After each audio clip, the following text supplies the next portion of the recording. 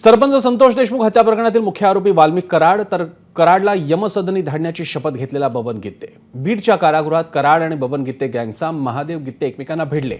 मात्र नेमकी कोणी कोणाला मारहाण केली याबाबत अजूनही सस्पेन्स कायम आहे। कारण महादेव गित्तेनं वाल्मिक कराड आणि सुदर्शन घोलेला मारहाण केल्याचा दावा भाजपा आमदार सुरेश धस यांनी केला, तर दुसरीकडे वाल्मिक कराडनेच मारहाण केल्याचा दावा महादेव गित्तेने केला। दरम्यान या मारहाणीच्या घटनेनंतर महादेव गित्तेसह चौघांना संभाजीनगरच्या हर्सूल कारागृहात हलवण्यात आलंय।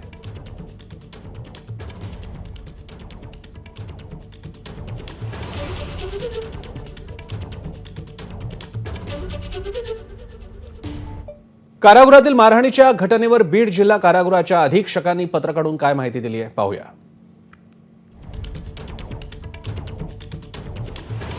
वाल्मिक कराड आणि सुदर्शन घोलेला मारहाण झालेली नाही। सुदीप सोनवणे आणि राजेश वाघमोडे या दोघांमध्ये वाद झाला। सकाळी 9:15 ते 9:30च्या दरम्यान हा वाद झाला। नातेवाईकांना फोन करण्यासाठी आले असताना दोघांमध्ये शाब्दिक चकमक झाली।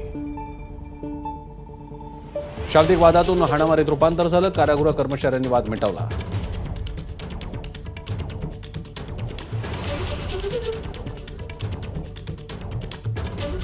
तर महादेव गित्ते आणि त्यांच्या साथीदारांना कराडच्या माणसांकडून मारहाण झाल्याचा दावा महादेव गित्तेंच्या पत्नी मीरा गित्ते यांनी केला आहे।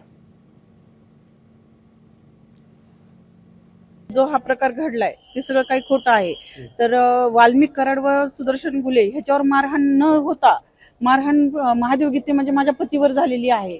आणि ह्या गोष्टीची प्री प्लॅनिंग 3 दिवसापासून चालत होती। स्वतः फोनद्वारे माझ्या पतीने मला सांगितलेलं आहे की हे सगळं ठरवून सगळ्या गोष्टी केलेल्या आहेत त्यांनी। म्हणजे माझ्या पतीवर अन्याय केलाय।